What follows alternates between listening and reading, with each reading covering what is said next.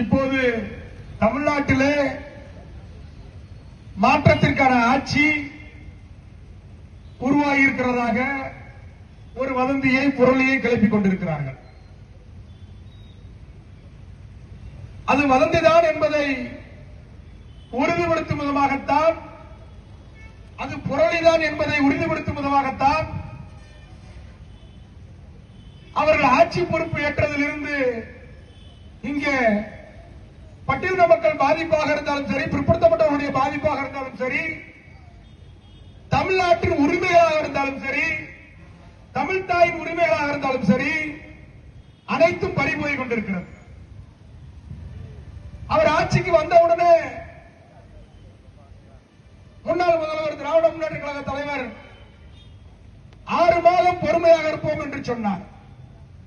இன்னொரு வழி மேலே சென்று ரஜினிகாந்த் அவர்கள் 2 ஆண்டுகள் அவர்களுக்கு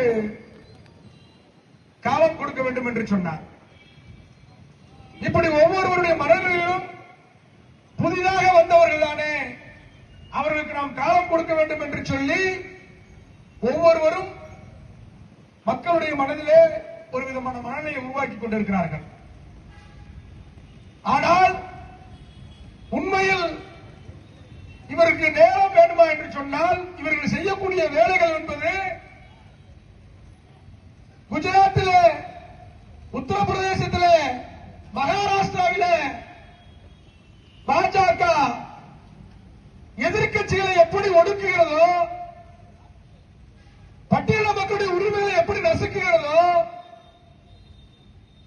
அதே போல ஒரு இரட்டை இன்ஜின் அரசாக தாவேக அரசு பாஜகவுடைய இரட்டை இன்ஜின் அரசாக செயல்பட்டுக் கொண்டிருப்பது என்பதுதான் யதார்த்தமான உண்மை. உதாரணத்துக்கு பழனியிலே கூட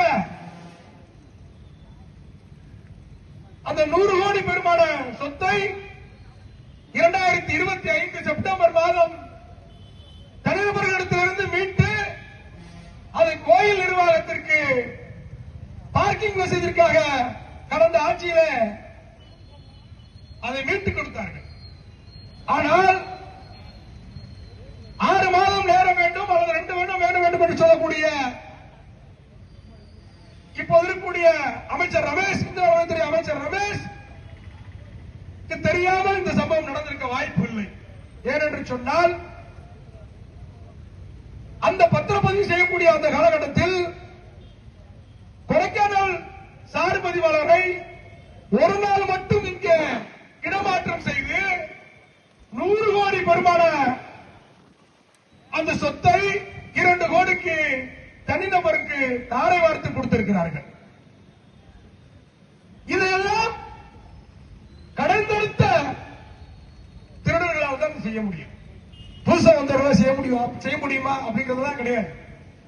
நிச்சயமாக நாங்கள் சொல்கிறோம், 96 96 ஜெயலலிதாவுடைய ஆட்சி எப்படி ஊழல் மலிந்து கிடந்ததோ, எப்படி லஞ்சம் ஊழல் பெருகியதை 96க்கு பிறகு மக்கள் உணர்ந்தார்களோ, புரிந்து கொண்டார்களோ, அதை போலதான் தாவேக்காவுடைய ஆட்சி இன்னும் நாளுக்கு நாள் இவருடைய ஊழல் லஞ்சம் வெளிவந்து கொண்டே இருக்கும்.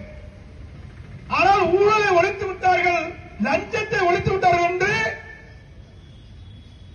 கடந்த திமுக ஆட்சியினுடைய கூட்டணியில் இருந்தவர்கள் இப்போது வேறு கூட்டணிக்கு மாறியதால், ஆளுங்கட்சி கூட்டணிக்கு மாறியதால் ஓடிக்கொண்டிருக்கிறார்கள், மக்களை ஏமாற்றிக் கொண்டிருக்கிறார்கள்.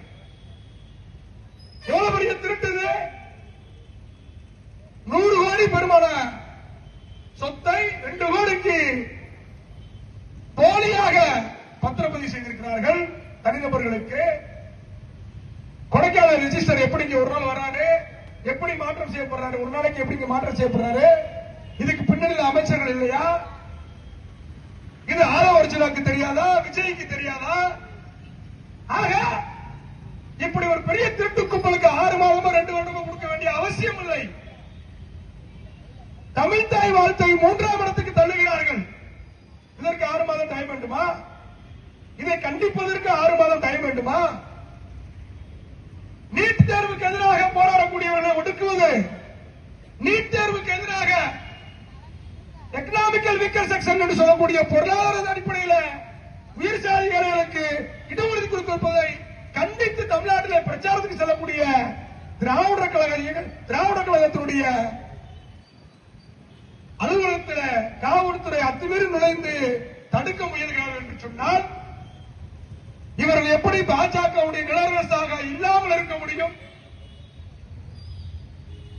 இதே பழனி கோவிலில் அந்த மோசடியை ஒருவேளை திமுக ஆட்சியில் நடந்திருந்தால் இப்போது அமைதியாக இருப்பது போல் பாஜக அமைதியாக இருக்குமா என்பதெல்லாம் பொதுமக்கள் ஆய்வு செய்ய வேண்டும். ஏனென்று சொன்னால் பாஜக மௌனம் காக்கிறது. இது பாஜகவுடைய ஆட்சி என்பதால் மௌனம் காக்கிறது. பாஜகவுடைய நிழல் ஆட்சி என்பதால் மௌனம் காக்கிறது. இதெல்லாம் மக்கள் புரிஞ்சுக்கணும். மக்களை இன்னமும் ரீல்ஸ் மூலமாக மிட்டாய் கொடுத்து ஏமாற்றுவது போல் ஏமாற்றுவதற்கு மக்கள் அனுமதிக்க கூடாது. இங்கே எனக்கு முன்பாக பேசிய தோழர்கள் சொன்னார்கள், சக்கிலியர் மடம் அதுவும் போலியாக பத்திரம் பதிவு செய்யப்பட்டு 1899 வழங்கப்பட்ட அந்த சக்கிலியர் மடத்தை கருப்பணன் பண்டாரம் என்பவர் அதை ஆக்கிரமித்து அதை மாற்றியிருக்க போலியாக பத்திரப்பதிவு செய்து உடந்தையாக இருந்து அதை மோசடி செய்திருக்கிறார். நாங்க சொல்றோம், அந்த கருப்பன் பண்டாரம் வகைராக்களுக்கு நாங்க சொல்றோம், பழனி கோயிலே இன்னைக்கு பார்ப்பனர்கள் பிராமணர்கள் அர்ச்சகம் பண்ணிட்டு இருக்கான். இந்த கோயிலே உங்களிடமிருந்து அபகரிக்கப்பட்டது. ஆனால் பார்ப்பானிடமிருந்து பிராமணர்களிடமிருந்து அபகரிப்பதை விட்டுவிட்டு சக்கிலியருடைய மடத்தை அபகரிக்கிறீர்கள் என்று சொன்னால் வரலாற்றை நீங்கள் படிக்க வேண்டும், அறிவுபூர்வமாக படிக்க வேண்டும். யாரை ஏமாற்றுவது, யாரை ஏமாற்றுகிறது என்ற பழனி கோவில் வரலாற்றை நீங்கள் படிக்க வேண்டும். கருப்பன் பண்டாரம் வகைராக்கள் இந்த வரலாற்றை படிப்பதன் மூலம் சக்கிலியர்களுடைய மனத்தை ஆக்கிரமிப்பு செய்து மோசடி செய்வதில் நீங்கள் எவ்வளவு ஏமாற்றப்பட்டிருக்கிறது என்பதை பழனி கோயில் வரலாற்றை புரிந்துதான் நீங்கள் தெரிந்து கொள்ள வேண்டும். இந்த ஆட்சி அதான் சொல்றோம், பார்ப்பன பணியா கும்பல் எப்படி எம்ஜிஆரை உருவாக்கியதோ அதே போல் இன்றைக்கு விஜயை உருவாக்கி வைத்திருக்கிறார்கள். இது பாஜகவுடன் நிழல் அரசாகத்தான் இருக்கிறது என்பதை நாங்கள் தொடர்ந்து அமலப்படுத்துவோம் என்பதை இந்த நேரத்தில் தெரிவித்து வாய்ப்புக்கு நன்றி கூறி விடைபெறுகிறேன். நன்றி.